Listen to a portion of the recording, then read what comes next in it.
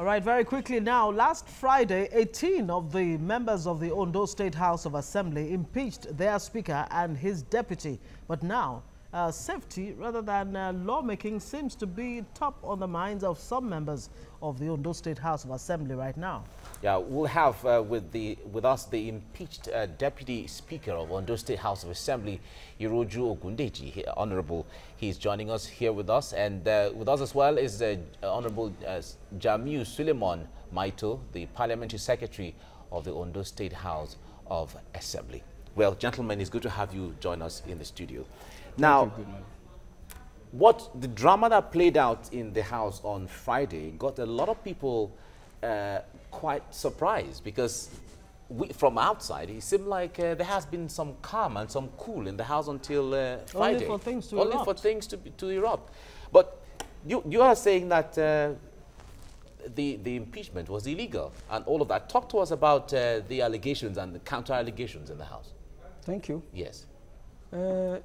Last week, Friday, precisely 9th of November 2018, Friday, in line with the rules and regulation of the House, Ondo State House of Assembly, normally is not part of legislative days, sitting days. Many of our colleagues, many of us have traveled out of the state capital for weekend engagements. But eventually, we got information that some people among us, I mean some members among us, were assembling themselves in the House to carry out the purported impeachment. Later, we got information, we got it on the news, that 18 members signed the impeachment paper. The rules are clear about the election of principal officers of the House, the constitution of the House, and even the impeachment of principal officers of the House. The laws are clear. Section 92, subsection 1 and 2 of 1999 Constitution of the Federal Republic of Nigeria as amended is very, very clear about this. For any principal officers of the House to be elected, you only need majority of the total number of the members.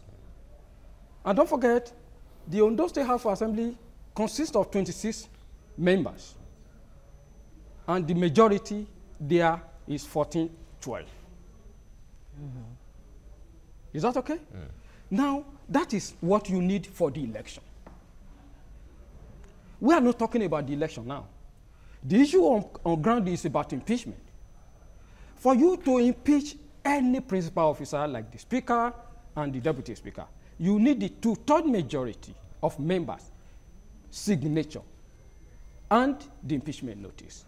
Okay, since we don't really have much time, want to maximize the few minutes that we have. Honorable Maito, exactly what are the reasons that have been put forward for this impeachment? Well, according to them, they are talking of incompetency. I am the Parliamentary Secretary of the House.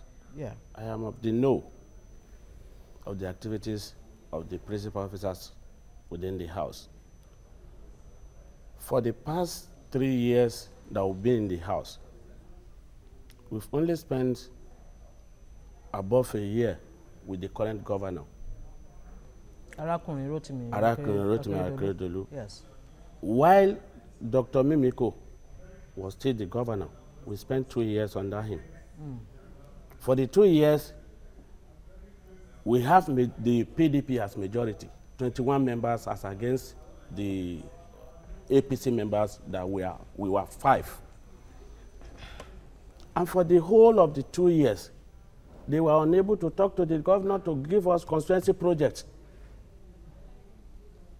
They were unable to convince the governor to give us official car.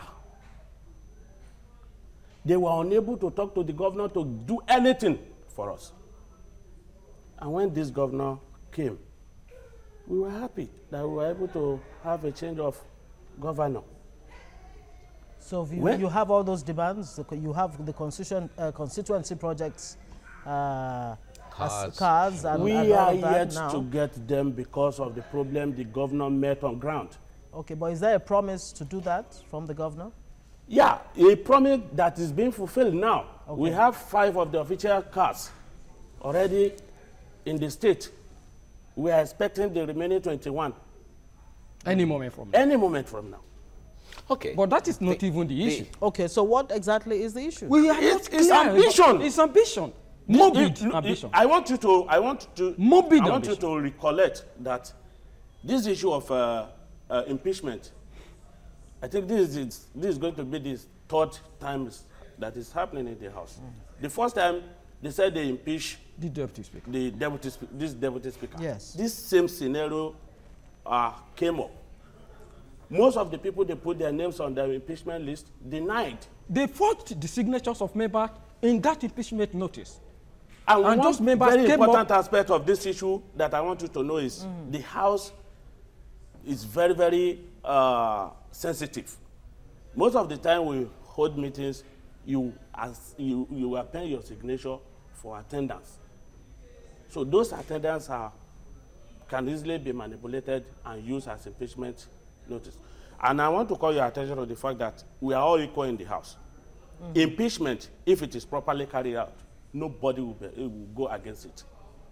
And the governor has never interfered in the affairs of the House of Assembly. When the first impeachment came against Jumoke, Right Honorable Jumoke, we all went to the governor and asked him, who is your interest? Who among us do you want to become the speaker? He said he doesn't have interest in who becomes the speaker, that we should go and sort it out Among ourselves. How will you now be? How? All right, but right now they're calling on the governor to allow. That is why not to interfere with issues in the House. Now there are allegations of spending about over £1 billion within the first quarter of 2018. That allegation are unfounded, my brother. How could it be possible if the House, as at now, are yearning to get their cars, 26 cars? How could you have spent 1.26 billion? 1.26 billion naira without getting a car. Let them provide evidence to us to that.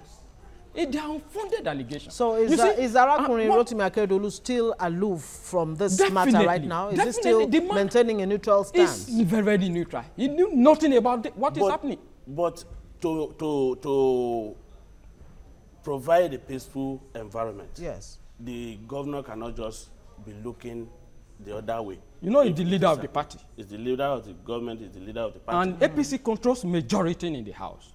What we are saying now is this. Anybody, any group of people, if they are able to fulfill the requirement of the Constitution, can impeach. But what we are saying is, you bring out 18 lists, and 2 people out of you came out to deny it and sat with us the same day you said you impeached. In House proceedings, and deny it officially that they forged their signature. So it has become part and parcel of this set of group of members to be forging signatures of people. If you say that the governor is the leader of the party and he certainly cannot sit and turn a blind eye, wouldn't that also be handing over the independence of the third arm of government to the executive? No. A party, you know, all of us come from a party.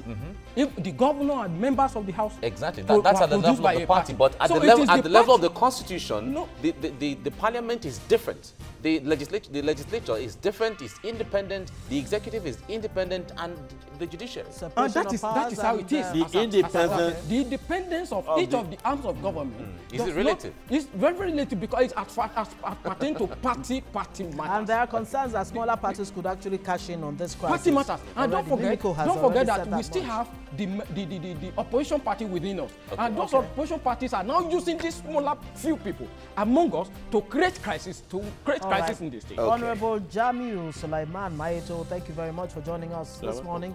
I hope we'll still have sufficient time to actually look at these issues. And Right Honorable Iroju Ogundeji, thank you very much for joining us this morning. Well, we will have opportunity to discuss this again for people to get to understand what really the issues are. Thank you very much for coming. You're welcome. Right. All right, before we go, we'd like to tell you that the views and reactions of our guests on the show have nothing to do with TVC. They're absolutely their views and their thoughts expressed on the show this morning.